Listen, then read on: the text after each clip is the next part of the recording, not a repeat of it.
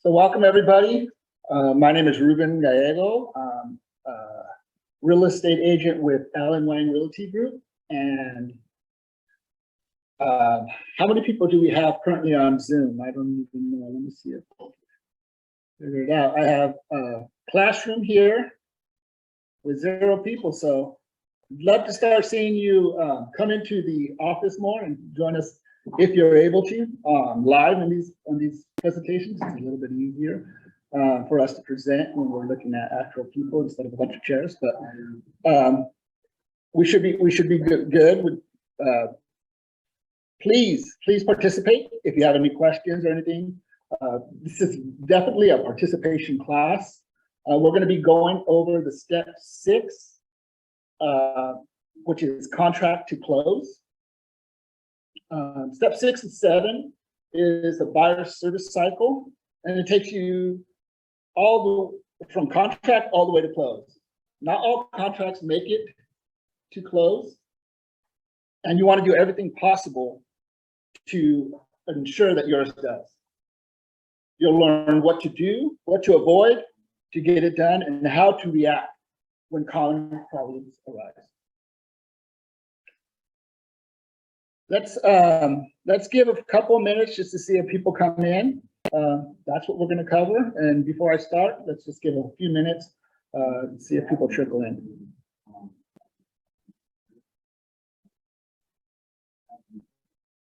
Does anybody have any questions about any of the topics that were you able to look over the material? And if you have any things you want me to touch on, please take a note and then make sure that you ask me that when we have time.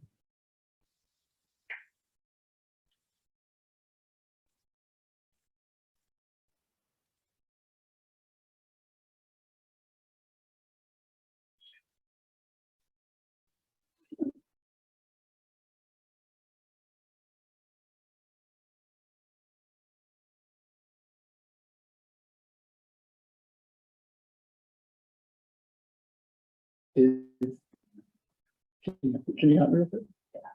So I'm able to see all the people. Are these all the people that are on right now? These 4 people? Maybe more. Yeah, it's just the 4 so far. Okay. We're gonna have a small intimate class, it looks like, which is great.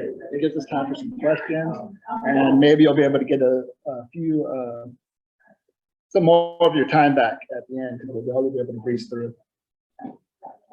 Is everybody able to take themselves off mute, or are you muted by me? No, we can unmute. Thank you, Ruben.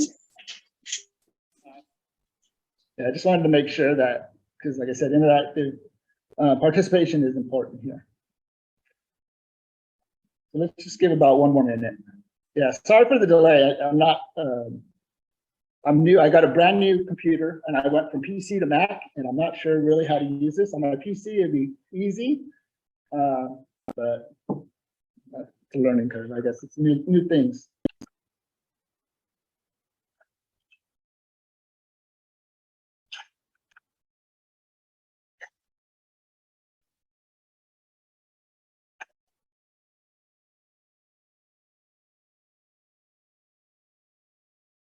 Have you all went through the other steps in this course, or are any of you new? Is this your first session in this series?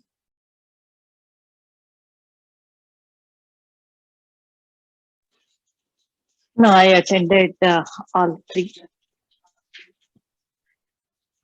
Oh, okay, awesome.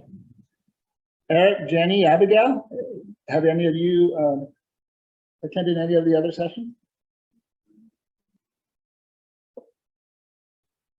None. Okay. All right. Well, hopefully this one will help. It's an important step. It's the step where you get the excitement of, okay, I finally got this offer or this buyer in contract, and your initial feeling is, oh, I think it's done. Oh, I finally did it. And you have that time to exhale. And then once you exhale, you realize, oh, wait, there's still some steps, because the contract is important, and you went through a long process to get there, but you want to make sure that we get the contract complete. You get paid, and more importantly, your buyer gets their new home. Okay, so let's start here. Okay, so the contract to close phase of the purchase requires meticulous record keeping. Many agents find that they're not well suited for this. I'm personally not. So in this step, in this section, we're going to go through the steps to make sure that we do complete this process.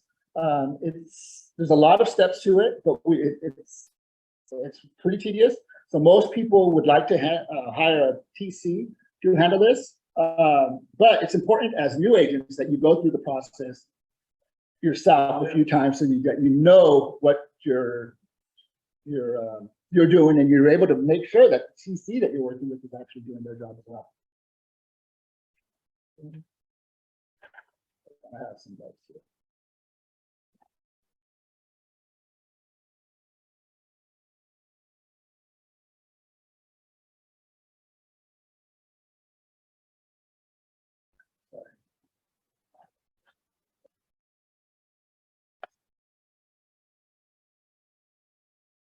Okay, so hiring a transaction coordinator is one of the steps that could help you if you're not really good at doing this mundane step-by-step and really detail-oriented person. You might want to hire a transaction coordinator. One, it frees up your time to work on more dollar productive activities such as lead generation. It also allows someone else who is suited for the detailed work to provide excellent service to your customers. Like I said, new agents, you should really try to run through these by yourself if possible, or if not, walk through it with your TC and make sure that they're showing you all the steps that need to be done. There's always support here at the office if you have questions, but yeah, it's important for you to learn the process.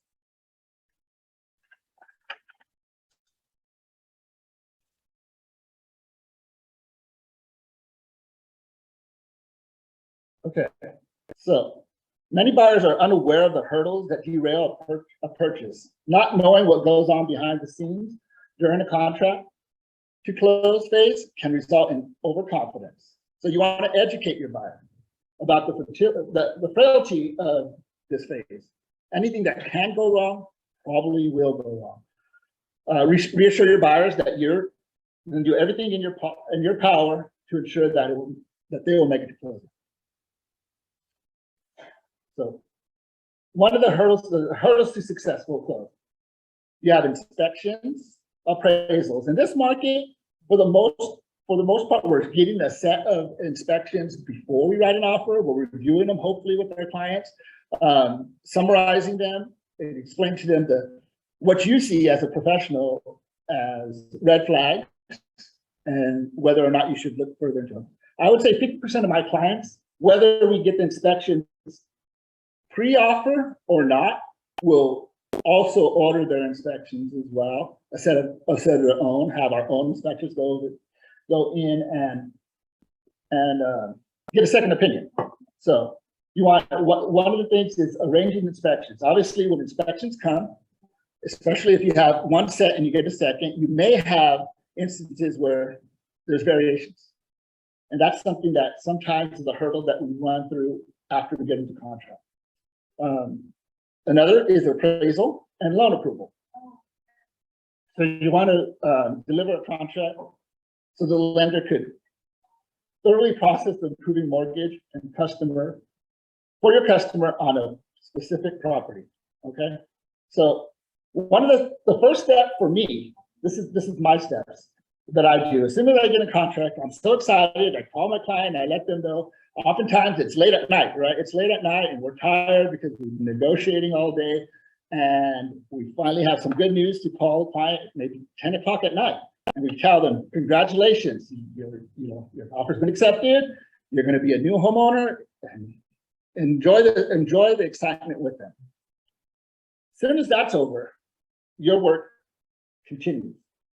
The first thing I do, once I notify my client that that they're in contract is I collect the prelim and the executed contract, and I send that to the lender immediately. If it's 11 o'clock at night, I'm sending it. If it's midnight, I'm sending it before I go to bed.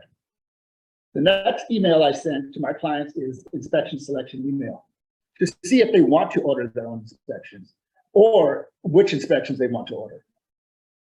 And the third is a timeline email that indicates who does what and when. Those are very important to get out right away. First off, the lender needs to move. Sometimes we're asking these lenders to close in 25 days, 21 days. You know, that's every day counts for them. Every hour can count for them to get that, to make sure they meet that deadline. So we want to make sure we do that. So you have typically in this market, we're looking between 30 and 45 days for a close. So you get the offer accepted. Typically here, we're seeing 1 day for the deposits to be in, right? So you have that step. That's right there. I skipped that email. I missed that email. That email. That's another email. I send an email to the client, introducing them to whoever the title company is that we're using, with instructions on on the different ways that they could provide that EMD, the earnest money. Like I said, in this market, typically we're seeing 1 day. Most listing agents are requesting a 1 day turnaround on that. So that's from day one. So the next day at 10 o'clock in the morning, at 10 o'clock at night, you're sending out these emails so that the next day these things can start in motion. So your offer received, offer accepted, you're in contract, you have a 30 to 45 days to go to make sure that this actually is a completed task, right? The contract, like I said, is an exciting time. We're pumped that we got a client in contract, but so many things can still go wrong.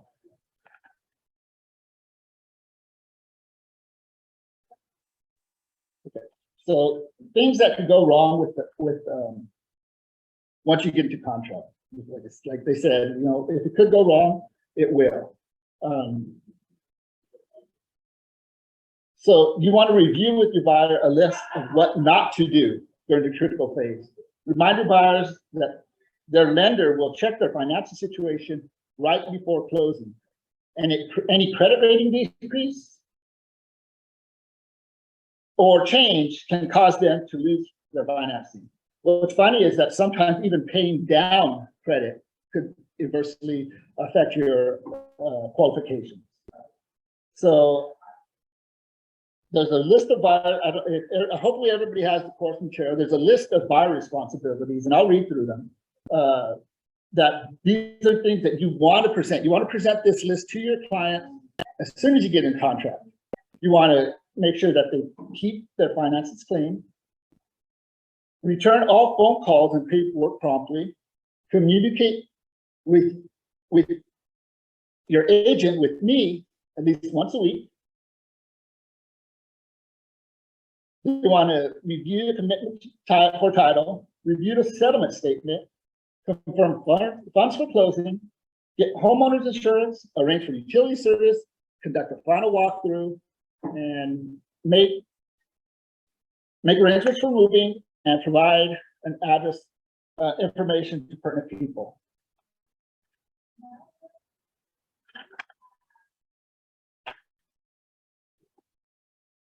There's also a list of agent responsibilities. Agent responsibilities: organize your closing tasks, start a folder and checklist containing everything you need to contract the close process, send contracts to essential people. That's the thing that I told you I do right off the bat. I send the contract to the lender right away, and I include title, so I'm making that introduction, and I include the prelim. You want to schedule all inspections. That's another, as I said, that email is so important. What inspections do your client want? You need to know that so that you can make those inspections. Because sometimes, if you have a contingency, there's a short time frame where you have to make sure that those things get done. No contingencies still. You still want to know that stuff, everything up front and as soon as possible. Stay in contact with your buyers. Touch base as deadlines approach. We actually had a story yesterday in our team meeting where an agent, a listing agent, went missing after they went to contract. So what happened is that our agent, who was representing the buyer, they did a rent back. On the day rent back, the keys were supposed to be delivered, the rent back was over, they couldn't get a hold of the listing agent. The listing agent had went missing.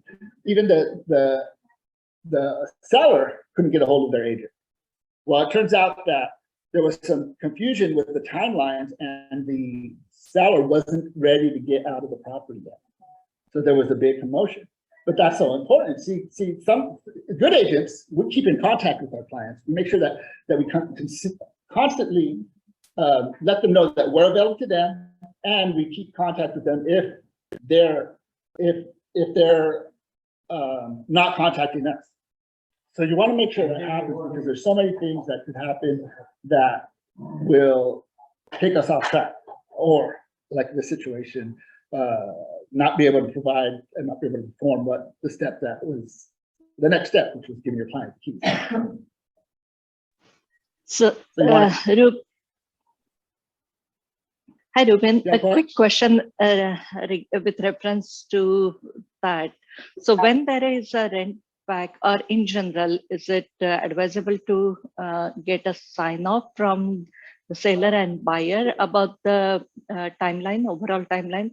Because generally it is shared between the transaction coordinators, and the agents agree to that.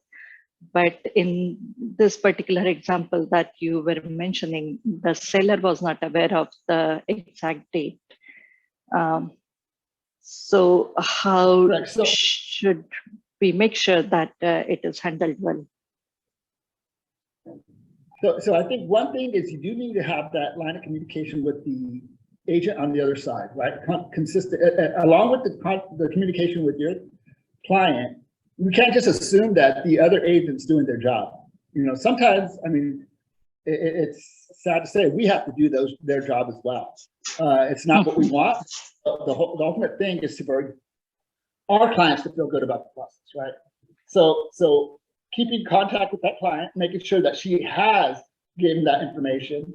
You typically, for me, I'm going to do a walkthrough 3 days before the key handoff. So you do a walkthrough 3 to 5 days before the actual closing, and then you schedule another walkthrough about 3 days before key handoff, the end of the rent back, right? So there's those dates are in front of them. The person, whoever's living there, is going to know, oh, they're going to come. So in 3 days, I'm going to be out. You know, that's a good step to take. Usually, and hopefully, I'm not sure this situation, but hopefully there's a good deposit that's been held, right? Because people don't want to lose money. So there's a good deposit held in title for that rent back, right? And that doesn't get released until things go as they're supposed to. You know, the property's in the right condition and it's given at the right time. So yeah, I think just communication all around is important. I don't know how you miss that call to the listing agent to say, hey, you know, keys are this day. How do we get the keys? Where are the keys going to be? What's the information for the house? You know, all the things that we need as buyer's agents. We need information about the house. We need any codes, any locks that are any information, maybe appliance information. You know, those are all things that we typically do before the close, and also we make sure we have them by the end of the rent back. Does that answer your question? Yes, but in this particular example, for when the listing agent went missing, and it was towards the end of the rent back, right? Because if there is a 2 month rent back, for example, and we close escrow, and there is a good amount of time between close of escrow and end of rent back period. So anything can happen. So how do we get the seller's information or seller's write-off? Is there anything we should do during the transaction itself? So the first step was, so like I said, the open line of communication throughout the transaction with both parties, so both sides is important. If for some reason you're not able to get a hold of that other side, You try to get a hold of their broker. The broker's the next step, right? I can't get a hold of your agent. I need, this is the dateline. We just want to make sure that these times are set. And like I said, scheduling that walkthrough before the rent back ends is also vital. So I think that would be a first step that you would want to do. You want to schedule that 3 days before the transfer of the property. The property is closed. You want to make sure that you get in the property because you want to make sure that the property is in condition, that they're making progress. If they have no moving boxes or anything, and you go over there that 3 days before, that's a red flag already. So you get ahead. You get ahead of the situation. Yes, I mean, worst case, you may have to go to the house, but I think scheduling that ahead and having that in writing that you're going to do those things, the walkthrough and those dates are concrete. They're in the contract for the most part, right? Unless if you had any, you change that, but they're in the contract. There's a time. That's the end of the rent back, right? Whatever it is, and you want to make sure beforehand you're not waiting till the last day to find this information out. That's right. But the thing is that when everything is going smooth, there is no issue. But when all these things matter, when things are not moving as expected. And for example, if the agent is the broker and we cannot get hold of the agent slash broker, that's when all basically it has a ripple effect. Right. Yeah. Usually, I mean, it's hard to plan for the unknown, right? And that's the thing that we need to know, and that's why it's important to have a class like this to know that if something could go wrong, it will. And setting the expectations and setting what's going to happen when at the beginning, like I told you, I sent an email that it assigns who's going to do what, when it's going to happen, and everybody's aware of all those dates, right? And then another thing is when you get to know an agent. I know usually within the first 2 conversations whether or not this agent is on top of things or not. And I'm going to handle things accordingly, whether they are or there. So I think that's important. And it's as a new agent, it's a little bit harder to decipher that. But as you get experience, you start to learn that, and you start to figure it out, and you kind of get ahead of those instances. But yeah, there's going to be times when you don't know or you don't have the warning, right? And you just have to do kind of like. Did you hear the story yesterday? No, I was not there, but I had been through similar experience in the past, so that's why, and very recently, and it was a rent back, 2 months rent back, and there was a basically, although it was all outlined in the initial email, the move out date and everything, but still there was some confusion between the listing agent and the seller.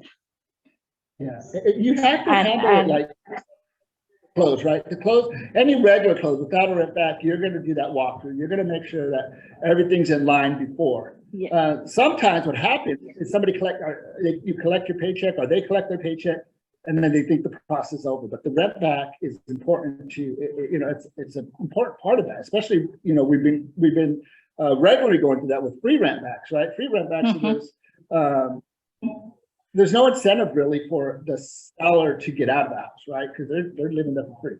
So you want to make sure that those things are happening. You want to make sure that the communication's there. And if you have to go to the house. You have to knock. Hey, we're supposed to do a walk before. Yeah, that's. That's what I had to do at the end because there was no response from the listing agent. So okay. Yeah, ask for help too. If you run into situations that you haven't dealt with before, and you're not sure how to handle it, there's somebody in the office. I'm available. You can get my information. Hey, this is what's going on. What's the best route? And we'll brainstorm together. I'm not going to say I have all the answers. I've been through a lot, so I know. I can give you some advice for sure. Sure. Thank you. Hey, Ruben, can I just make some comments? Hello? Sure.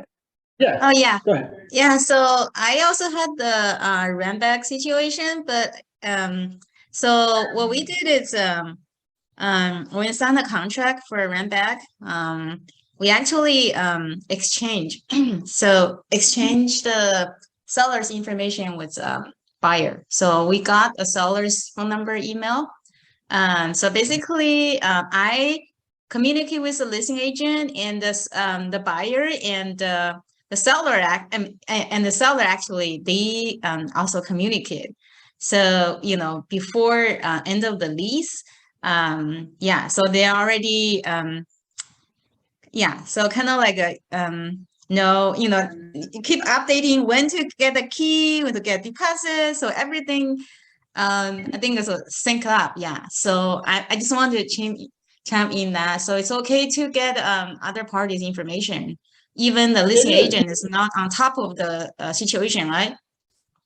It is because they are owners of the property now. They're landlords forever. Yeah. They're landlords. They should have that information. Yeah, So you that are is the landlord. Yeah, after the COE, right? So you have the right, right, to check on the property. Yeah. So even get in the house. right. Another thing you can do is you make sure, so at close of escrow, you could get a copy of it. You should have a copy of the keys as well, because you are the Yes. landlord. Yeah. They have a yeah, a pair of key. Yeah, extra pair of key. Yeah, that's true. Yeah. So I think it's really need to have a good management on the post process. It's very important, very important. Mhm. Okay, so we're going to go through some. We went through a great one, the rent back, but there's a list of. I'm going to choose a couple of problems that we go through, and you want to arm yourself, with a plan for each of these common problems. Number one, problem number one: buyers change their minds after speaking with family or friends. Has anybody ran into that?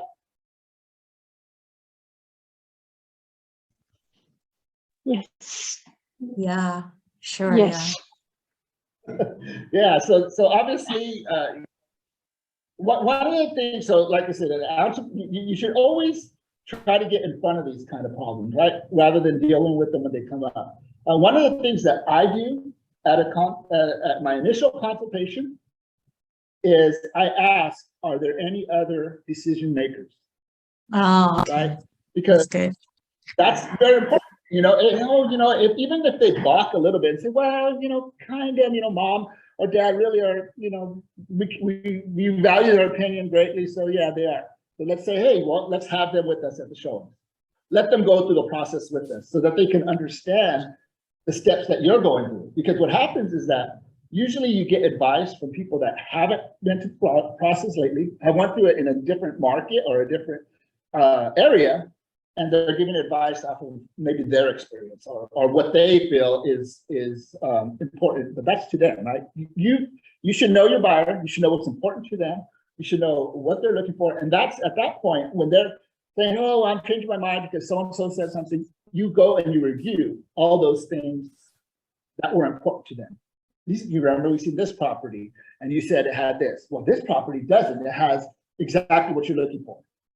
And you explain to them why they fell in love with this property, why they wrote the offer of this property. Sometimes, in all honesty, it's not going to work. And but getting in front of it is going to avoid the majority of the situations. Asking, are there any other decision makers? It's just like it's critical. It's critical because for me, I would say a good portion of my clients do they do rely on input from their friends, family, or parents. So it's important to get them and have them walk through the process with us, so they don't really think that we just jumped into this. Because that's usually what it is. That they think, oh, they're making a decision. They want to take care of whoever their loved one is. So they offer this advice, and it puts that question and your clients. It's a big purchase. It's a big purchase. So you want to make sure that they do feel comfortable. You want to make sure, you want to ask them why do they feel that they're changing their mind about this property, and then you want to go over it. It's not your job to sell them on the property. You're selling them on their want, or you're reminding them of their wants and needs and how this house fits into that. Okay. So does anybody want to share instances when they ran into this problem and how they went through it? I actually heard story from other agent. Like actually there's the buyer changed mind, back out the contract, and because of their feng shui, the other person, they tell them the direction, the feng shui is not right. So later on, the parents or their friend, right, someone they trust, they say, oh, the direction of the kitchen was not right. Not supposed to facing, I don't know, east, or not supposed facing south or something, right? So because of that, they just asked to back up. So yeah. Yeah, no, that's definitely definitely something that often. So one of the other questions I ask in my consultation is, are you following feng shui? Is that something that you consider? Is the direction of the home? Is a list of items, and we ask them up front. A lot of times, our clients, especially the younger clients, they'll say, "No, we don't really worry about that, but mom does."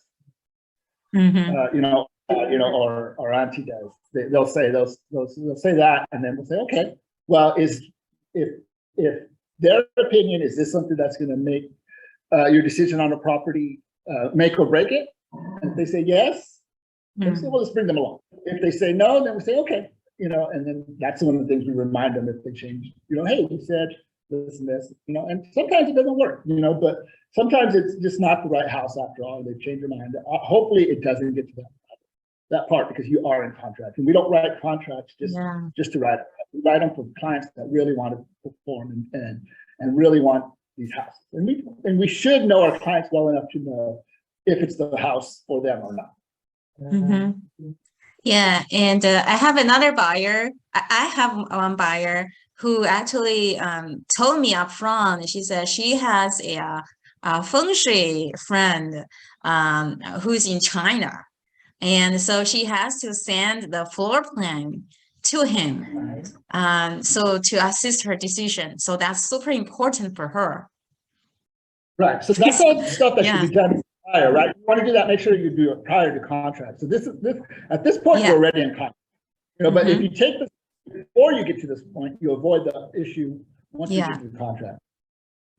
So then, that person is part of the decision making, right? So it's not just them, not just the couple.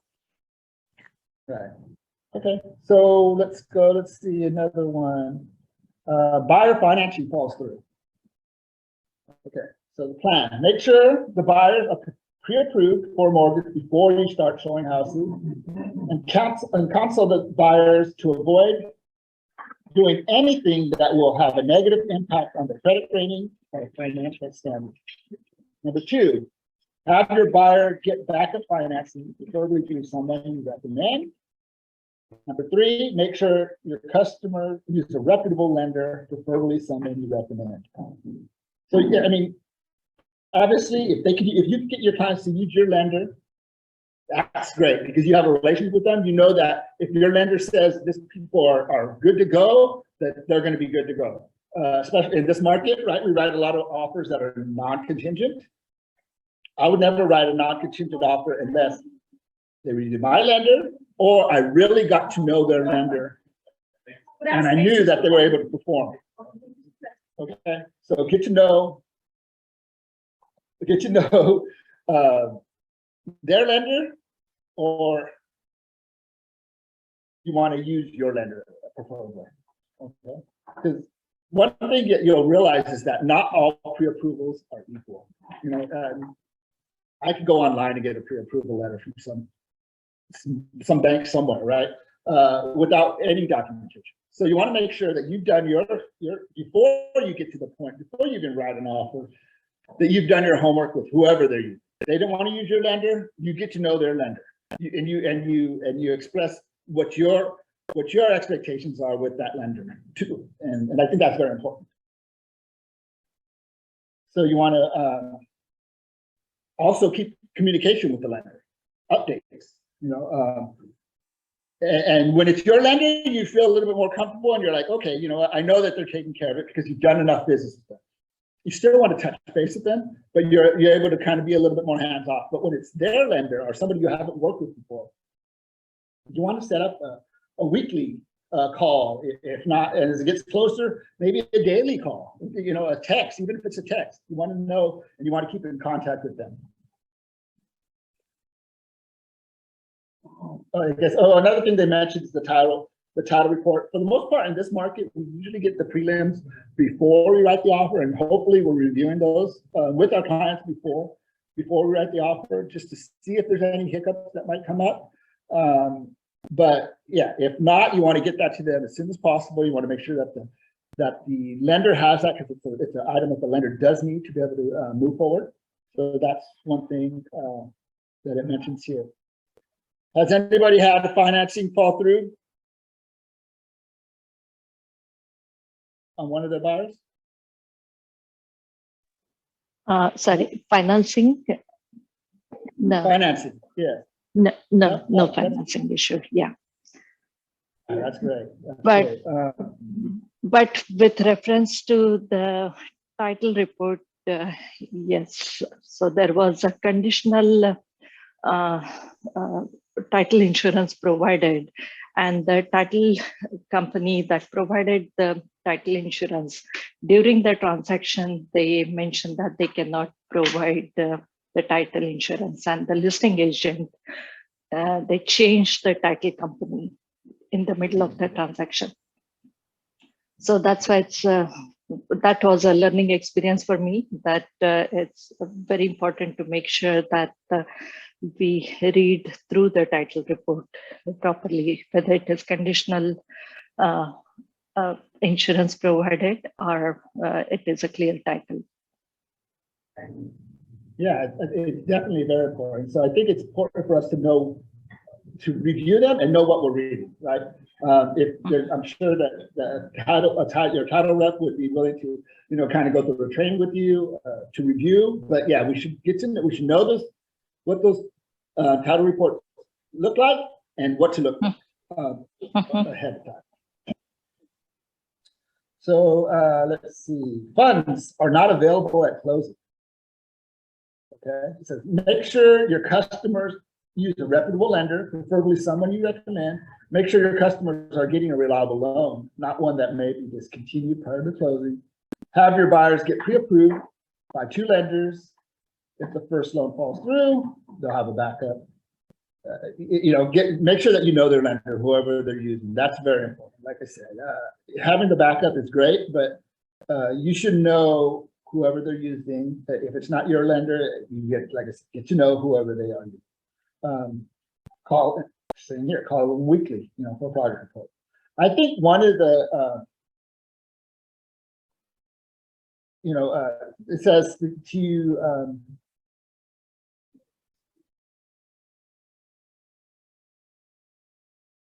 one of the problems, funds not available at closing, right? So another one would be their closing fund, their money to close, their down payment, right? So that's one thing that I discussed. So sometimes people want to hold on to their money in their stocks or whatever, and they want to try to cash it out at the last minute. So that's one of the questions, or one of the things that I cover when we're discussing writing it off. I asked, okay, your EMD, we're putting 3% as a deposit. Is that money readily available? And can you have that within 1 business day, 2 business days, 3 business days? How fast can you get that in? Oh, 1 business day, great. And then I take that as an opportunity to end your closing funds. You're going to put 20% down. When we subtract the EMD from the remaining closing is X amount, right? So I go over that and I clarify that right up front. Will that money be available in the 30, 45 days, whatever it is. Will you have that available because we need it either at a cashier's check or a wire? So that's the opportunity to jump ahead of it, right? So that they know, okay, I have to initiate that cash out of my stocks, or if they're getting it for 401k or whatever, and they're aware of the timeframes that are necessary to withdraw that money. So that's one of the things that's very important. Appraisal has been a big issue lately, right? We were going through this. Upward. I mean, it was just going crazy, right? The prices were going so crazy that the appraiser values couldn't keep up with the offer prices. Every week we were seeing new records, right? So sometimes that was one of the things we always had to explain to our clients, is that possibility. If there's a possibility of appraisal shortage, are you prepared? So that's very important. You know, you want to do a CMA before.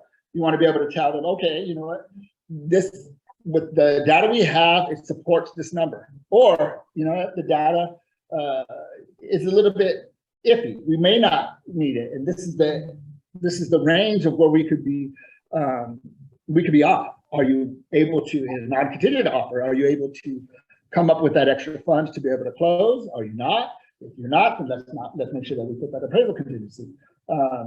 Typically, you know where it's going to fall in, and if there's a possibility of the shortage. Always, for me, I always estimate on the high range. If I say, oh, you know what, there could be a delta between the offer price and the appraised value, I always tell them, okay, let's plan for X amount. Are you able to do that? And if they say yes, we're good. Sometimes there's been times where I was sure there's going to be an appraisal shortage. I was like, there's no data that supports this value, but there was 30 offers on this property, you know, and we know and we won, but there's no data, and it appraises. There's been other times where I was like, you know what, I think it will appraise, but there could be a little gap, and it's off, right? So it's hard to say because every appraiser is different. Meeting the appraiser at the property, sharing with them information that sometimes helps, the data that you have, if you have data to support it. Most appraisers are good with that. Most appraisers are willing to take that information. I do have one story, it's kind of a funny story, where I met the appraiser to give him access.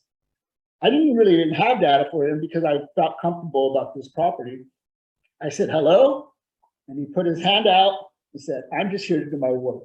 And I was like, I wasn't even trying, okay. And I just kind of, you know, so it depends. Some appraisers are that way. There is a group of appraisers that think that you're going to try to push them into some numbers that maybe they don't feel comfortable with. But I mean, that's not our job. We offer them information. If they want to take it, they don't. If they do. If they don't, then we're fine with that too. Now, that was a funny story. I tell people that story all the time because I was like, to put his hand out and like, I'm just trying to do my job. Like if I was going to attack him or something, it made me laugh. There's a lot of stuff in this business that make me laugh. A lot of things that people do. That was one of them. Any appraisal stories that anybody wants to share?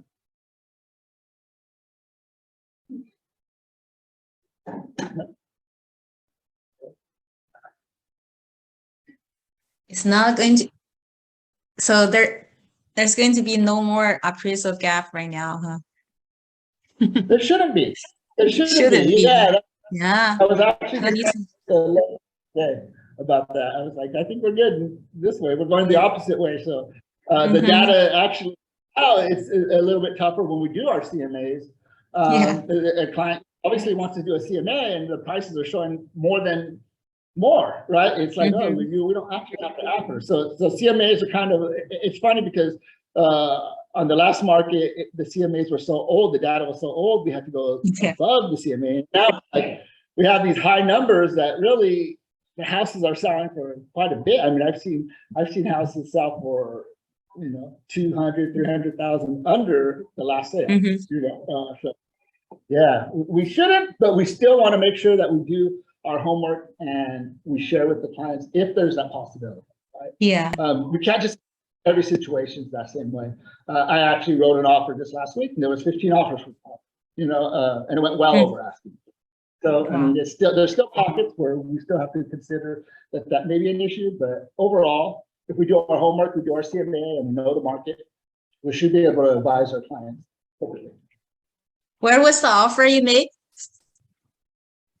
It was in West San Jose. Okay, wow, still very competitive there, yeah. Yeah, on the lower end price, but still, yeah, it still happened. You're seeing the market change, but it's changing at different rates in different places. Everybody's still, there's still buyers out there and they still want a house, and sometimes they just flock all to the same house, you know, and what can you do?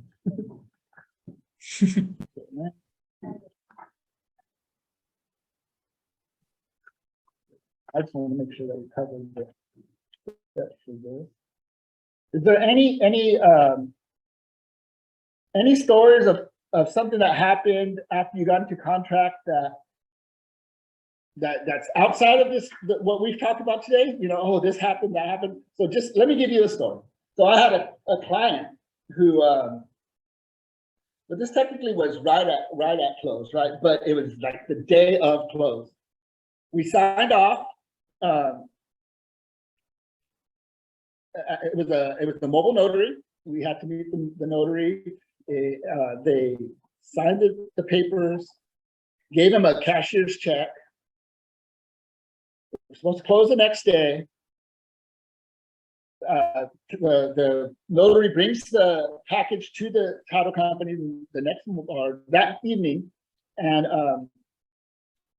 the next day I get a call. We need your closing. What are you talking about? We gave a check to the notary. No, we don't have it. Get a hold of the notary. The notary says, I took it. Title company said, we don't have it. If you ever dealt with a cashier's check, it's not just like, oh, they just draw another one. Especially if they don't have the money to cover that amount, you know, and a lot of buyers don't. They said it's going to take a week. My clients already had their moving truck. They were right at the end of their lease. We had to get creative. I had to negotiate with the listing agent. We got in a day early. We were able to get the bank to make an exception to get, to clear the money to write a new cashier's check. But things will happen. If things could happen wrong, a lot of times they will. And it's the things that you never would think of. Like, where did that check go? We still don't know. Things could, that if something can go wrong, it will, or at least we have to plan for it. So you made it through this part, the contract to close phase, and you had a successful close. And avoid the hurdles from contract to close. Educate your buyers on actions that can jeopardize purchase, and take preemptive actions. And that's really what I'm trying to push. Do the work before you get to this process. The problem. I'm sorry. Before you get to the problem, do everything you can to avoid it. You don't want to wait until something happens. So little things, like I said, like talking about their EMD, talking about the closing funds, planning that 3 days for the rent, between the rent back and key handoff. Those are all things that are very important. Asking, is there another decision maker, right? Those are all things that will help you avoid these issues after you get into contract. So does anybody have any ahas from this chapter? Not from the chapter, but I have another experience that I would like to share. So we got into contract, and my client wanted to take contractors because they were planning some remodeling work after close of escrow. And when we visited the property, since it was a vacant, there was a break-in. There was a break-in. Yeah. So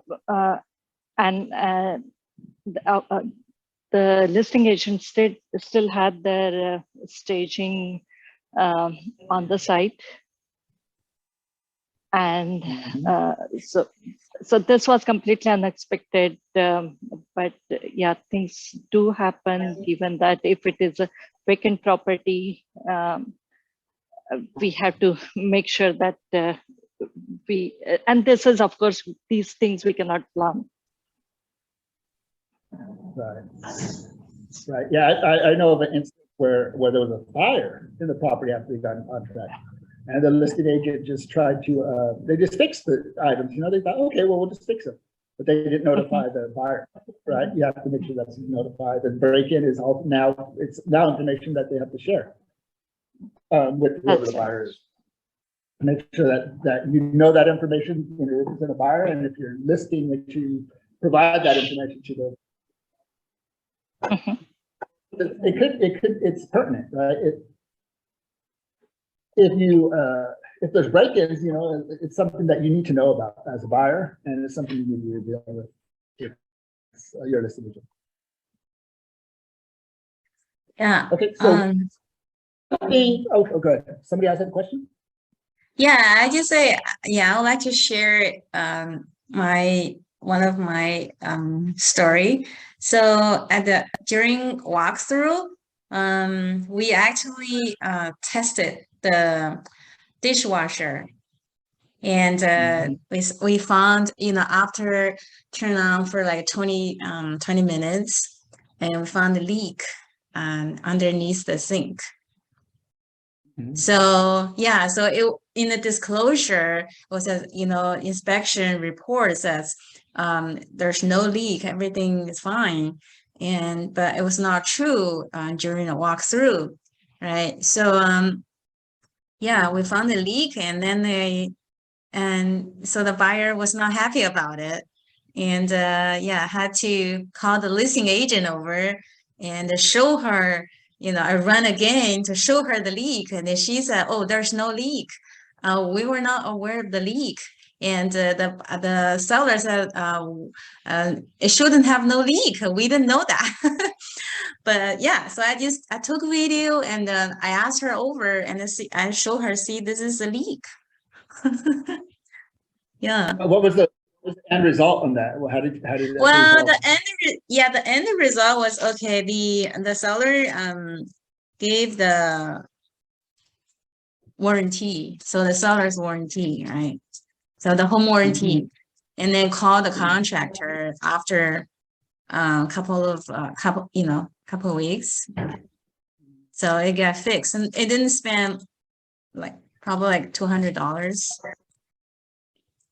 Yeah. So I just want to share that, and you know, things happen. So I also want to know, like Rubin, like in your past experience, have you ever tested those dishwashers and other appliances during a walkthrough? Have you seen any issues, you know, happen at that moment?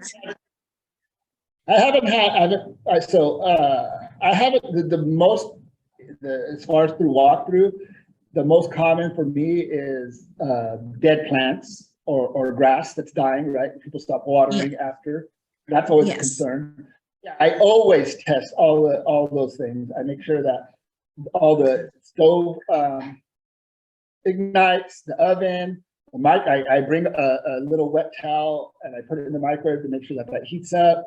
All the things that I run the dishwasher, the washing machine, I do all those things. Yes, I make sure that the hot water throughout the house. Yes.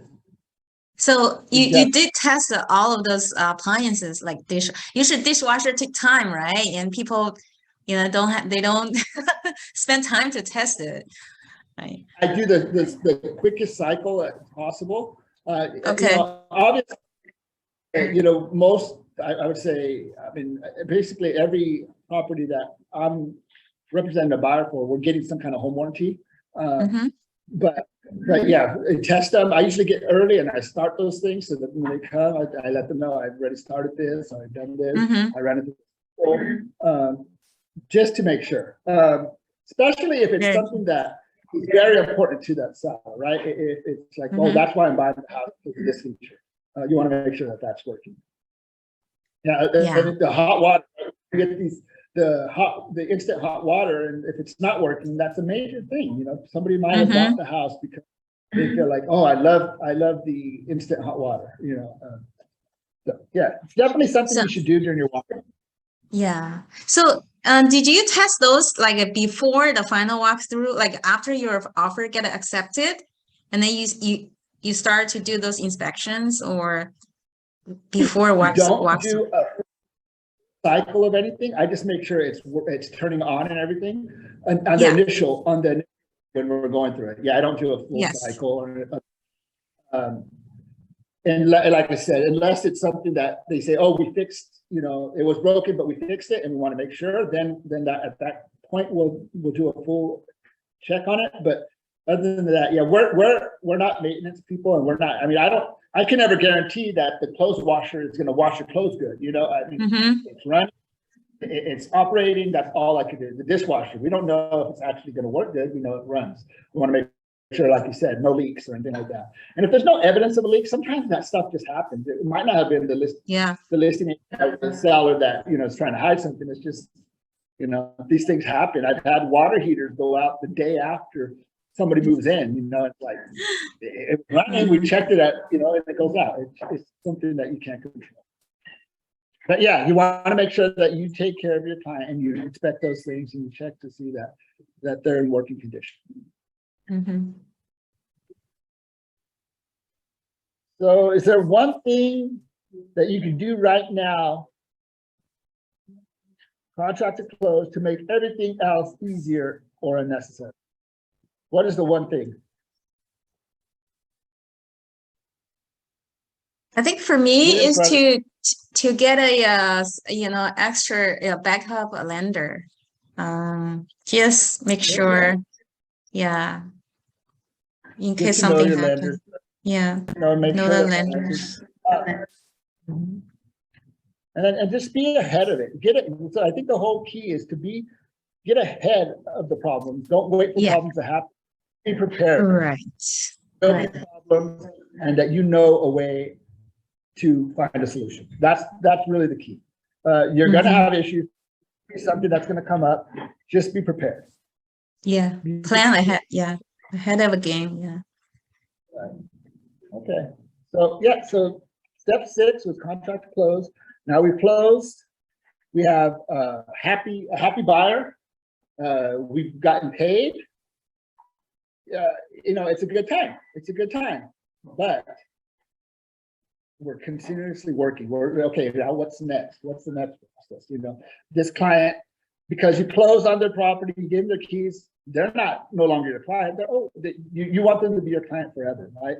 So next we're going to go for post-close system.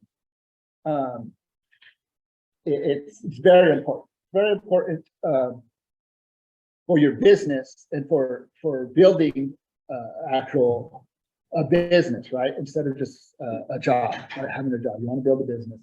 So it's very important. So the final step 7, post-close system. Okay.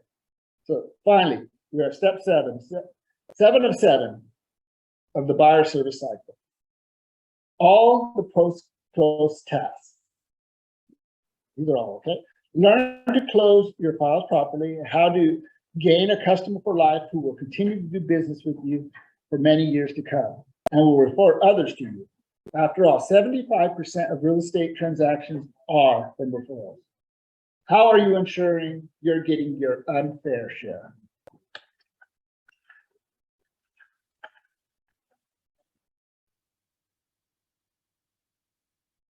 So, post-close systems, your one and only goal. I didn't realize I don't do presentations on we haven't been using the bullet points, have we? Let's see. Okay, here we go. Post-close system. I'm talking, I think we've just gotten into conversations and I forgot to go forward with our PowerPoint. So, post-close system.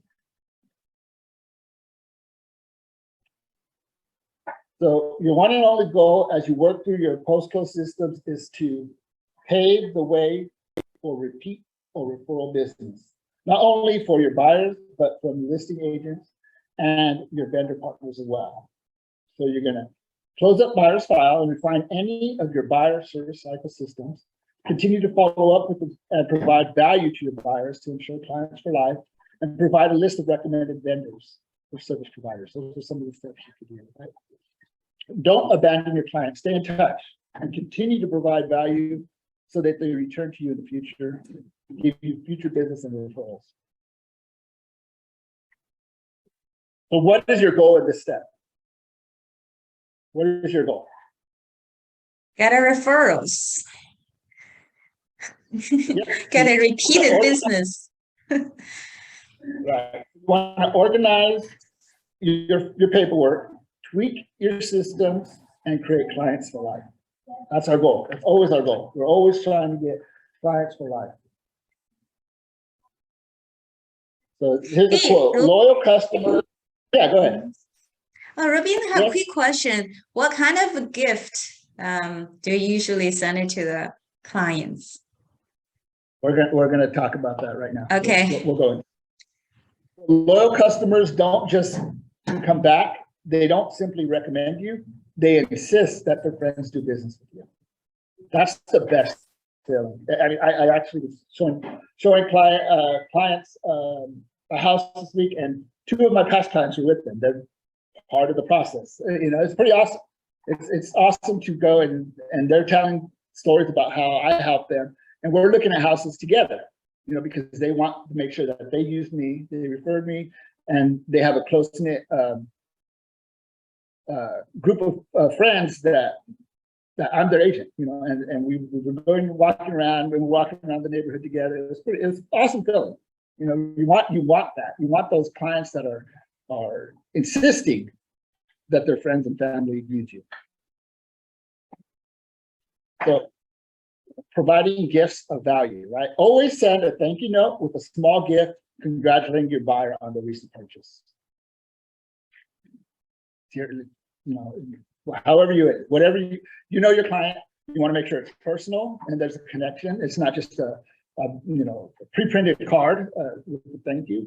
Make it personal so that they know that they're more than just another paycheck. That there's somebody that you care about and you want to stay part of their lives, and more importantly for you, top of mind when they think of real estate. So for me, there's depending on the client, there's certain things that you're going to give for a buyer, right? For us, you know, we'll give them maybe some smart device, maybe a ring, maybe a Nest, something that they could use and that's practical, right? A lot of our clients are tech people, and they really like those kind of things. So for us, sometimes it's a bottle of wine. I've had clients who have had babies during our process. You know, obviously there's going to be something, a gift for them. Make it personal. Make it something that they feel a connection. They're going to remember you for. What are some of the some gift ideas we could think of besides the things I mentioned? Anybody? I'd love it if each of you shared with me what you typically give your buyer at close. Let's get everybody involved. Flowers. Flowers? Okay. Mm-hmm. Anybody else? So I generally take flowers and a cake when I'm giving them keys. Awesome. Okay. Sometimes I give one buyer like a high pressure cooker because they're busy. Yeah. See, that's what I'm talking about. You get to know your clients, and Yeah. sometimes you know you've gotten to know them, and you know that they have a special interest or something, and you want to make the connection. You want to know them to know that you've been listening to them. You know, besides the kind of house they want or what specs they, you know, whatever they wanted, you knew something more about them, and that's nice. It's nice to make those connections. Mm-hmm. Anybody else want to share? Should I call on people? I've heard somebody said she usually give clients the doorbell ringer. So every time when they ring the doorbell, they remember her. That's a Yeah, good that would be idea. nice. Yeah, when Yeah. you give it to them, mention, you mentioned, hey, rings, remember that, I'm Yeah. thinking of you. Yeah. You know, it's something that, obviously, it will stay in their mind for some time. Yeah. Or it will creep them out, right? Or else they'll be like, oh, man, this person's thinking about me too much, that more doorbells ringing. But no, it's good to stay top of mind. Mhm. So besides delivering closing gifts to your buyers, sending thank you notes to your vendors, you nurture your business relationships by sending a small gift to the listing agent as well. The MREA or the one thing make great gifts. And the funny thing is that while before I joined Keller Williams, I had done a transaction with a Keller Williams agent, and I remember her giving me the MREA book signed by her and her broker, and just telling me how great it was to work with me. And it did make an impact. And I did read the book. I did I didn't make the decision to join Keller Williams right then, but it did imprint in me. It was something different. I never seen that, and it made me feel like, wow, this company and these people really enjoyed working with me. And they took the effort to do that, and it was a good feeling. So that's one of the other people that you could make connections with, because you never know. You may do business down the line, and it's good to make those connections. Network. So you want to follow up with a phone call to your buyer at 30, 90, 1 year, and every year after. Does everybody do that? Does everybody keep in contact with their buyers after close? No. No, most people don't.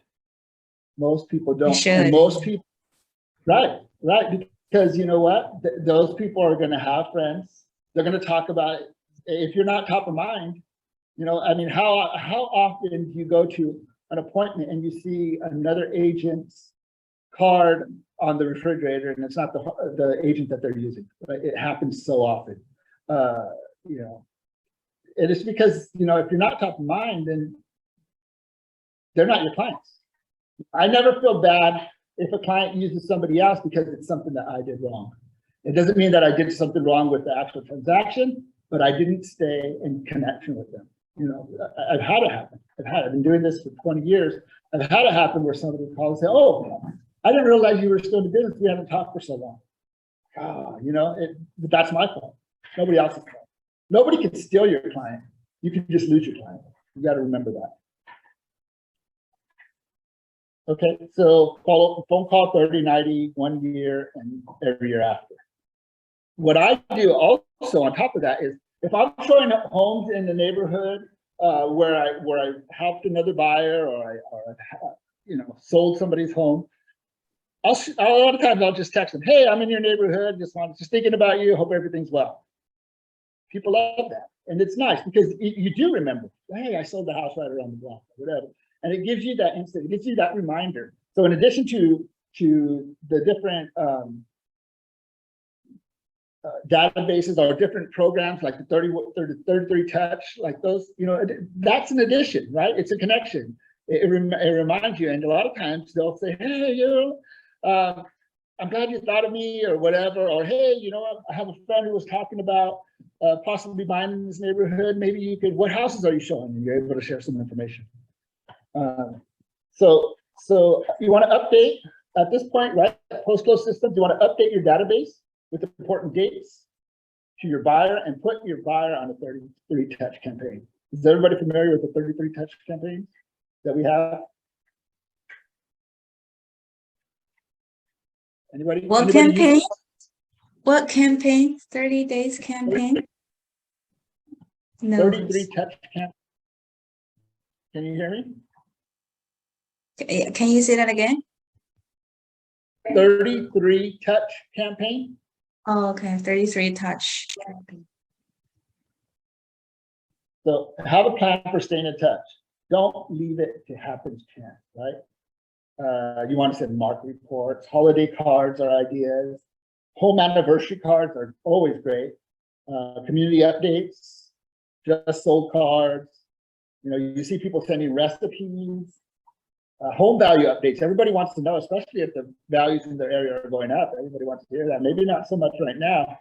Your buyers from 3 months ago might not want to see the new values. But so keep that in mind.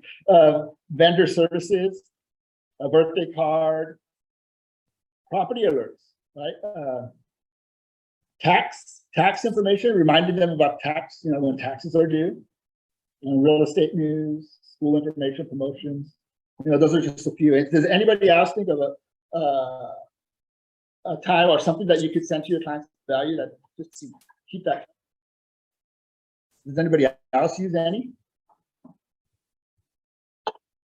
Tax. No. Okay. Yeah. So it's important. It's important for us to keep contact with our clients, to stay top of mind. You definitely don't want to be that business card on the refrigerator and another agent selling or listing a home that you helped somebody with because you haven't talked to them or because you haven't reached out.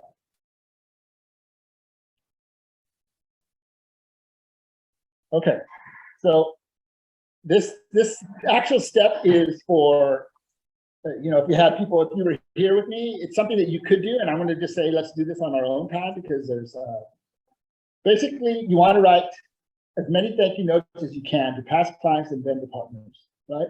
Write thank you notes. Does anybody write thank you notes to your vendor partners? No. Does anybody send a thank you note to their lender? Yes. Abigail. Mm. Hello, Abigail, are you there?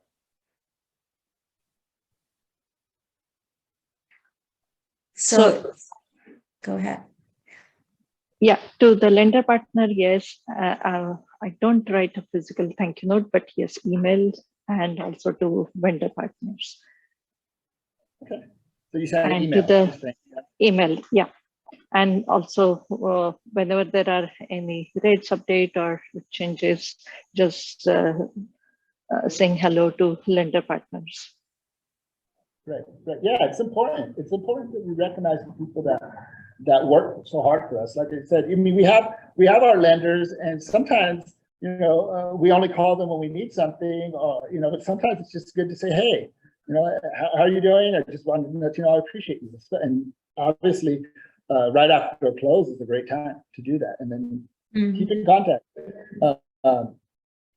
It's definitely very important. So what I'm going to tell you is, I'm going to ask that each of you write at least three thank you cards and write them, send them to your vendors, your lender, your past clients, or anybody who refers you business. Just send those out. Send them out if you can. You know, I have some here at the office. If you want to come by and get some, if you don't have any, and you fill them out, stamp. I'll even provide the stamps. Fill them out and send them because it's important. You know, that little thank you note and with the personal note, it makes a difference. Like I said, that MREA book that I received, that was something that, I mean, that was 15 years ago, and it's still something that's you know, fresh in my mind. So these kind of things that show the gratitude, it makes a big difference. It's something that you'll remember. So just remember to take time to thank the people who are your business, because all these people, they are part of your business.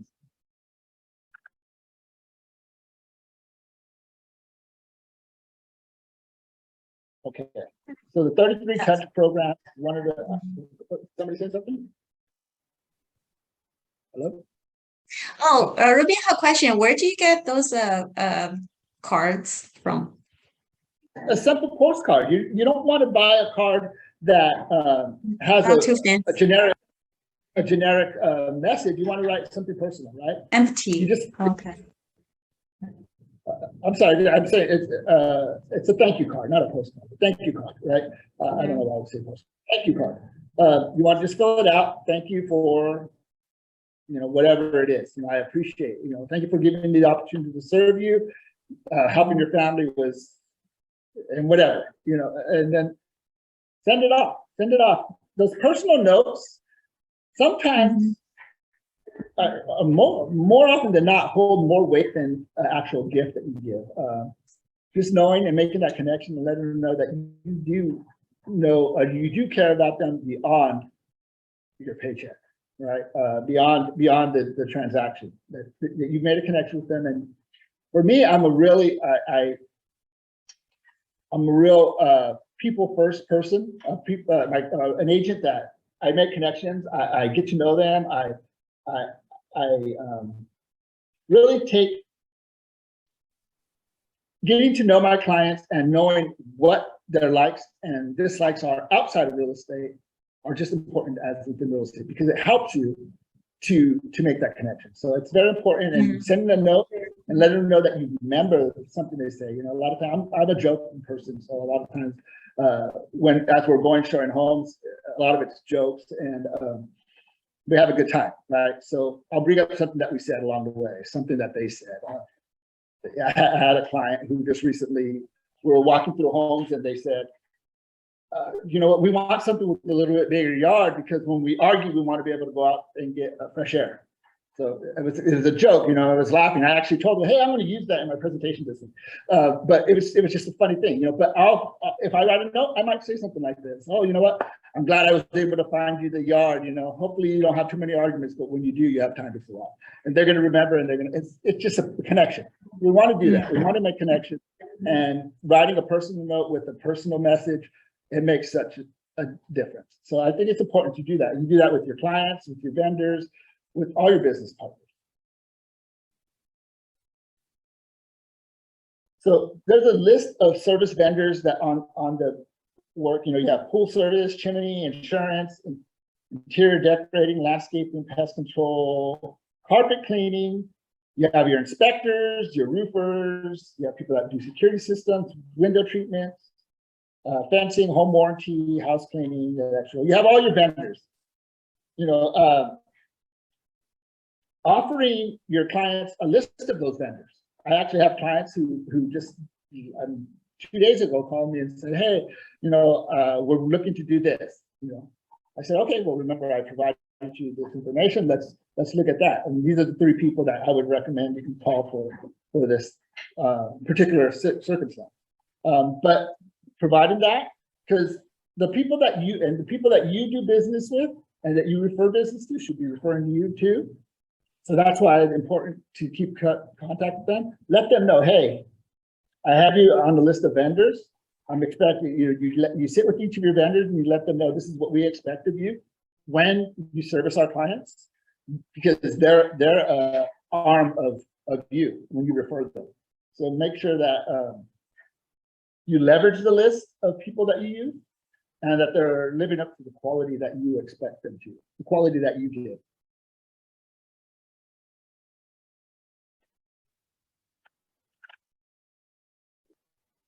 What about testimonials? Does anybody request testimonials from any of their clients?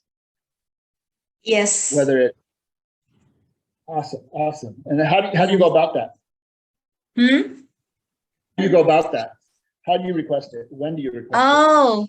I just, after closing, even before closing, I asked, yeah. So I would appreciate if you write me a good review on Google or somewhere. Yeah. Awesome. So that's one of the after closing, I remind them. So because I did a good job for them. So actually, even before I mentioned about it, they actually said, "Oh, Jenny, we love you, like your service. We, I really appreciate that. We will write a very good review for you." So, and then I remind them at the closing. That's good. Yeah. That's good. You have to remind them sometime. So yeah, we send out an email, with the links, and just thanking them again for allowing us to serve them and asking them for that review or testimonial. because we did a great job with them, right? Mm-hmm. So think about it. When was the last time you selected a restaurant or a place to stay based on reviews online? We all do it. I do. If I'm going to go to a particular restaurant, I always look to see, what is the reviews? What are people saying? I look at the menu, whatever it is. And then just, you go off of that. So I think people do that. And I think if somebody is looking for a realtor and they're doing a web search and they see somebody with these reviews and they can relate to whatever that person's saying, it helps a lot. It helps a lot. It helps with the,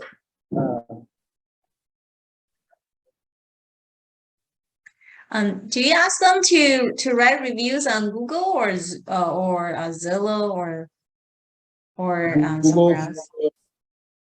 Yeah, I mean, there's on our website, on Google, Our website. Zillow, Mm-hmm. and so we'll send a link with all those sources, right? And say, hey, you know what? It's one of the things it says is it's easier just to cut and paste onto all of them than to have to write a new one. So that makes it easier. And we send the links for each of those items in the email when we send that request. And most people, it makes it easier, and then they'll do that. They'll put it on each of the different sites. Mm-hmm.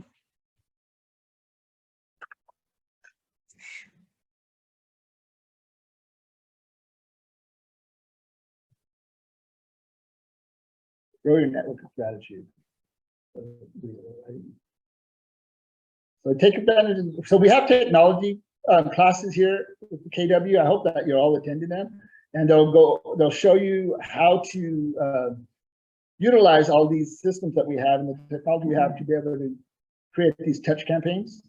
I think it's very important that each of you take advantage of that, because in addition to the personal notes and everything, having the automated touches, it makes life so much easier, especially as your network grows and as your database grows. It's hard, to continually touch everybody. So when you have the systems in place to do so and to add the reminders to do so, it definitely helps. So I would encourage everybody to take advantage of that. Social media. Who has social media here and who uses social media? Who's looked at social media today? That's a good question. Yeah. Everyone. All right. Yep. So I'm gonna social media. Okay, so when and how should you request feedback from your customers? You're gonna do it during escrow, from contract to close, all touch points during the transaction, after the close, 1 or 2 months after the close, and 1 year later, right? Okay, so there's a magical connectivity with Facebook and its ability to not only stay in touch, but to generate leads. Do you ever notice how you see someone comment on a like a post on Facebook from someone you have never met? I see that all the time. Like, or I'll get a comment on something I posted. I'm like, who is this person? Right? It says that's because they're connected to someone you know. One person posts on Facebook, a like, a comment, or a share, and it appears in your newsfeed. Imagine that one person having 1,000 friends. 750 of those friends have the privacy settings on, nothing is shared or seen. However, your content is still able to easily be viewed by 250 people. Now, not all 250 people are necessarily leads, and 1% from that one person, 2 people out of the 250 could very well be sold leads. Buying within the next 6 months to a year. Imagine how many leads 25 of your friends could bring. 62. There is very good chance that half of them know someone buying or selling a home in the next 6 months to a year. Imagine how simple a task on a website, one you already interact with. You said you looked at social media today, right? Will continually generate leads as long as you're willing to pay attention. This is why social media is important. Question, Ruben. So how many leads have you generated from social media like Facebook? Are you heavily used on Facebook? I do not heavily use Facebook. I do not. I'm not the greatest at that, but I will tell you that I have gotten leads from Facebook. I know that that I don't use it to the extent that I should. So this class, when I started looking into I was asked to teach this class, I thought to myself, wow, this is going to be a learning experience for me as well. It's definitely I'm learning with I'm going to be actually implementing a lot of this with you. I do make connections on Facebook. I do have a lot of connections. I have gotten leads. I constantly get questions. My messenger, Facebook Messenger is constantly answering questions for real estate. So I have actually closed deals from it, but I don't use it enough to track. And I need to do that. I need to track the business. So because a lot of the referral-based business comes from people that you sometimes, if you don't ask where the connection was, you don't know, right? And so tracking is very important. So yeah, I'm actually working through this with you. I don't have all the answers for this, but I do know that it works. Can I add to that? Yeah. This is Brian. I think that social media is super important, and it's really hard to engage how deep it reaches. Because I know I have a lot of friends who just lurk. Like they'll see my posts, they'll see pictures, they'll see the activity I'm doing, but they won't say anything. They may not even like it. And then when I call them like 2 months down the road, like, oh, it looks like you've been busy. I'm like, how do you know? Like they said, oh, I saw you posting on Facebook. You didn't say anything, you didn't comment, but people see it. So the point is everything you can. It doesn't really take that much extra time, but it gets out there. And the next time you call them, or the next time you talk to them, or bump into them at the grocery store, it definitely makes a difference because it shows that you're being busy and shows that you're active. Okay. A handful of deals that way. It's so true. Thank you. Yeah, because my wife is like a social media queen. It seems like I run into people and they'll tell me this weekend, and I'll be like, "How did you know?" But people are watching. You know, they might not always be commenting, but they're watching. So that what you post, true. Yeah. Right. Be consistent. And just be real. Be a person. You're not a walking advertisement. You're under that, especially when you be personal. Don't make everything about, oh, you know what? Who wants to buy or sell? Who wants to buy or sell? Every post. You know, you can sprinkle those in, but watching and people, like Brian said, you know, you are making an impression on them with every post, even if you don't know. Yeah, I think that's super important. Yeah. Just real estate stuff, because then people automatically start tuning you out. Snooze. Yeah, exactly. Smooth. Yeah, so I have one.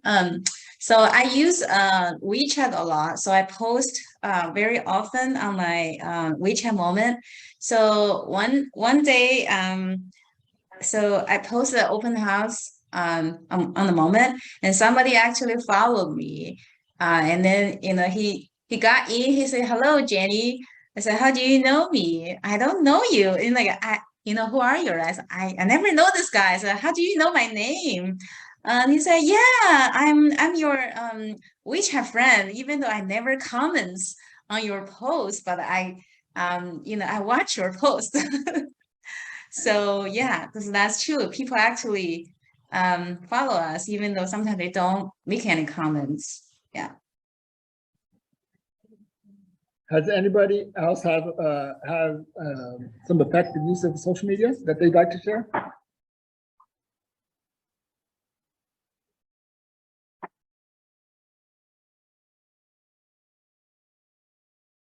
Well, I'm going to encourage everybody on here maybe to put their social media handle on the chat line. That would be great, you know, and then everybody, maybe we could take a snapshot of everybody that's on, and we could share that, you know, it's a good start. Put it on there, you know, and everybody connect with each other here. Make sure that you add, if anybody has a business page, that you subscribe to their business page. I think that's a great start. You know, we have a few people, we have several people on this call that could just start that process. You start that, especially those who aren't heavily in social media, this is a good starting point. So let's all connect. Maybe if you could all put your Facebook or Instagram or whatever you use, and we could all connect, that would be great. Yeah. Yeah. I would love for you all to be here and we could take a group picture, but it's a sign of the times right now. We can take a picture. Yeah, me and Brian are gonna take a picture, and then we'll just get your pictures off of the Zoom, and we'll all superimpose them. I'm usually in the office, but unfortunately No, I didn't go no. today. It's the way we are now. We you know, Zoom is the way. I think every one of the sessions has been heavily Zoom, and only one or two people inside in the audience here. So yeah, connect with every classmate on Facebook. All of us should connect on Facebook and like their business page. Create groups. We create groups. Groups are a great part of Facebook. You can create your own groups, and you could send out. Say you had a blast of a property, and you wanted all the agents in your pipeline or on your Facebook page to get this post. You didn't want to share it with everybody else. Maybe it's something person that an agent wants to know. Maybe you're up in the commission or something. You can shoot that out to your group if you create a group of agents, right? Group with win with buyers agents. You know, we share those things. Those are all things that you could do.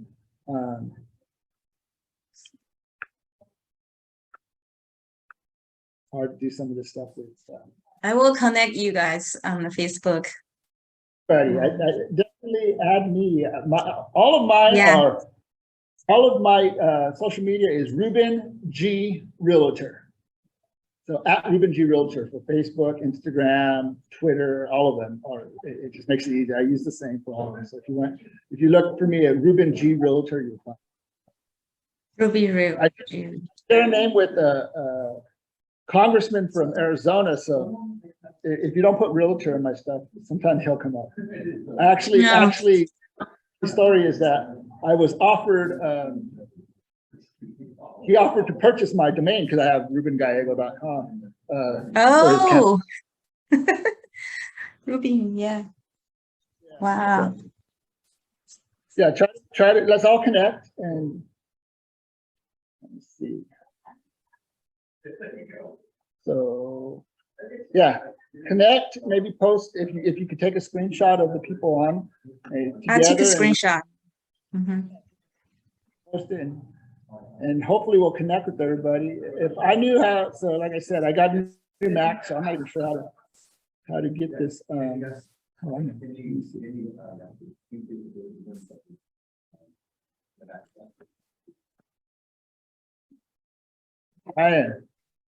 Brian. Yeah, we're gonna take a screenshot of you. Okay, You have your Mac? I do. Take a screenshot because I got my Mac this week. Screenshot. I'll take a screenshot. You got some too? Yeah. Why is this not shipped, man? Gee. Yeah, there we go. All right. So, awesome. Thank you. You're welcome. I'm going through growing pains with this Mac, but it's so much more convenient for me because I use all other Apple products. But yeah, so that's why it's kind of a little bit of things that I have to work on.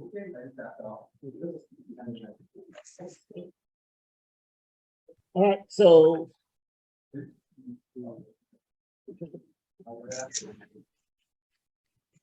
Okay.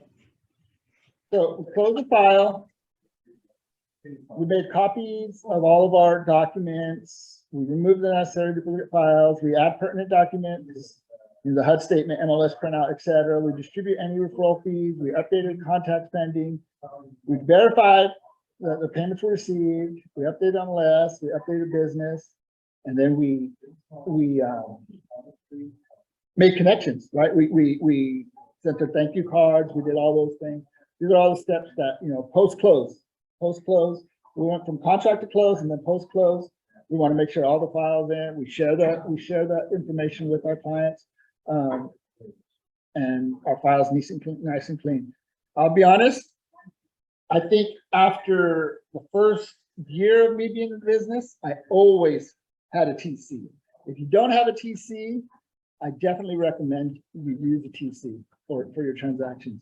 For me, I'm just not that detail owner, or I'm not gonna be able to keep the detail that needs to be kept and still do my business.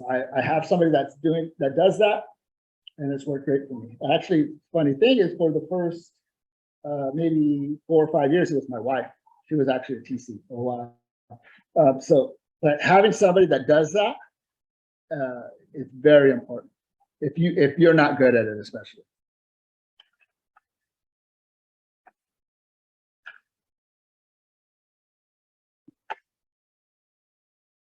Okay, so the overview. So we have systems in place for after the close. Don't abandon your clients, vendors, and all other affected parties. Create clients for life by staying top of mind and asking for business and referrals. Use social media to stay in touch and reach new leads. Continue to offer value to clients, vendors, and listing agents. The listing agent and seller. Request feedback via surveys, online reviews, and testimonials. Adjust your practices as needed based on feedback. Yeah, we always have to be willing to improve. We always have to be looking to improve. I would say this: every transaction should be better than the last. Okay, and I'm not saying that you're not going to have hiccups, you're not going to have things go wrong, but that's okay. You're gonna offer a better service, and you're gonna have a better transaction every single transaction. The next one's going to be better than the last, and the next one's going to be better than that one. So improving your systems is so important. Having systems and then always improving them. So having systems to keep your files organized and orderly. So for me, like I mentioned to you, the biggest aha is how one social media can interact. One social media interaction could germinate, right? One social media interaction could expand, and you're going to be touching so many people. So continue to be active on social media. That's my aha. When I was going through reviewing this, I thought, okay, that's the one thing, and that's why when you ask, like I said, transparently, I don't do that to the level that I should. But that's one thing that was aha to me, is knowing that the one consistent posts or comments, if you're consistent with it, it's going to germinate and it's going to be larger. Does anybody else want to share any other ahas for the session?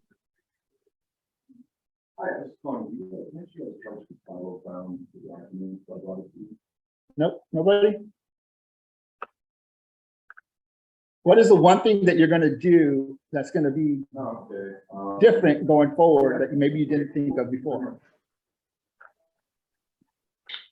Follow up with the past clients, vendors, and the teammates. Okay, follow up. Awesome. Are you going to send those Handwritten postcards. thank you notes, right? Send Thank you notes. Yeah, thank you notes. Yeah, instead of just via email, I'm going to actually mail a thank you note. Right. I mean, I have emails. I don't know. Probably we all do, right? We have so many emails that we haven't opened up because we pick and choose what we open up. So sometimes just that personal note can make a big difference. Awesome. You know what? I mean, having I like face-to-face presentations, but it was great to have you all join. Is there any other questions or anything else that you'd like to touch on about the contract to close or the post-close systems? Actually, I've wanted to check with you. How do you generally validate the vendors? If you buy a property, you help your client to buy a property in a relatively new area, then, and if they need some vendors, so do you use Help, Thumbtack, or is there any other system do you use? Well, If I'm you sorry. would like to. If I would like to, what was that? The vendors, sorry. Okay. If contractors or vendors, yeah. Okay, so yeah, so I mean, do you currently have a group of vendors or contractor that you use, or are you looking for a new one? Is that what you're asking? Or are you looking for a different area? Both actually. I'm looking for contractors, and I'm also looking for contractors. And say I will be closing in Livermore, so my client is asking for some contractors or vendors in that area. So how can? So I would say that you want to. That's why it's important to make these connections and to know, network with agents. Keller Williams, it's huge, right? We have a group of people. We have people everywhere. So I think that making connections, interviewing those vendors, if it's not in your area of specialty, I would take the time. And then sometimes, I mean, better than just referring anybody. Sometimes it's best to say, hey, client, I don't have somebody specific people in that area, but let me see what I could find out, and then doing some homework. You definitely, I would rather not recommend somebody than recommend the wrong person, right? So I think that's important. Talk to your current contractors and ask them, are you willing to go out to that area? And then even talking to them and say, maybe they have business partners that are in that area that they know and trust. I think that's important. Like I said, sometimes it's better not to, or sometimes it's better to say no than just to give an answer, right? So in that case, if I don't have somebody, I tell them I don't have anybody, but let me see what I can find out. I've made the mistake of recommending or giving a referral to somebody that I really didn't vet, and that's a one-time thing. You make that mistake once and you realize, yeah, it's not worth it. Because all your hard work, all the good feelings that your client had when you closed that transaction, they could go away quick. So it's not worth it. Okay, it's definitely, but interview those people. And I think that's what's important. Sometimes we want to go further than our comfort zone as far as, in localities. Oh, we don't want to turn down a client because we need the business. But sometimes it will serve that client better to go with somebody that specializes in that area. And that's one thing for me. It's nobody wants to turn down business, but sometimes you have to. If you don't specialize and you can't give that client the service that they need all the way through, you either have to figure out how to do it, or you have to say, you know what, maybe I'm not the right person, but let me find somebody that is. But connecting with agents out in those areas is going to be helpful. But yeah, for me, I would rather tell my client, I can't help you here, but let me connect you with, and I'll still be there for you if you have any questions, to connect you with somebody who specializes in that area. Yeah, because a lot of vendors won't go to outside of their specific neighborhoods that they service.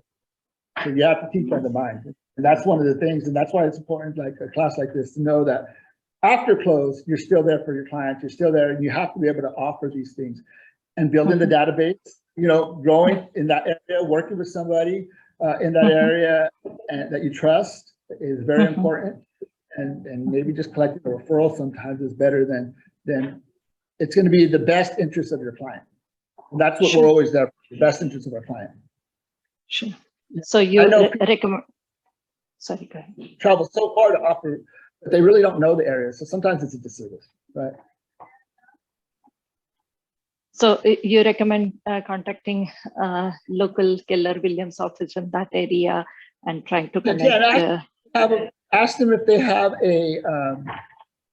a vendor list that they would be willing to share. Yeah, I think, I mean, if you don't have them, you don't just want to pick somebody out of the phone book and give them to somebody, right? So I think if you're willing to do the work for them, you should really take the time to make sure you find somebody right. And that's a good way. You can find out some of the good producers there. You know, not everybody wants to share their information, but somebody.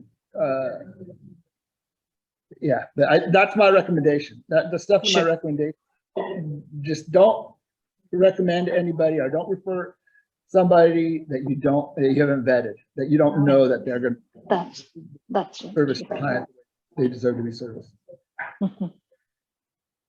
Thank you. You're welcome. All right, so I think that's the end of our session. We finished a little bit early, not too much, but I hope you learned something. Thank you for all who participated in the conversation, and those, I mean, I know that we're busy, so those that weren't able to, I'm glad that you were able to log in, and hopefully we'll be able to see you in person soon here in the office for some of these trainings. Thank you, Ruby, for your time. Thank You're you. welcome. See you.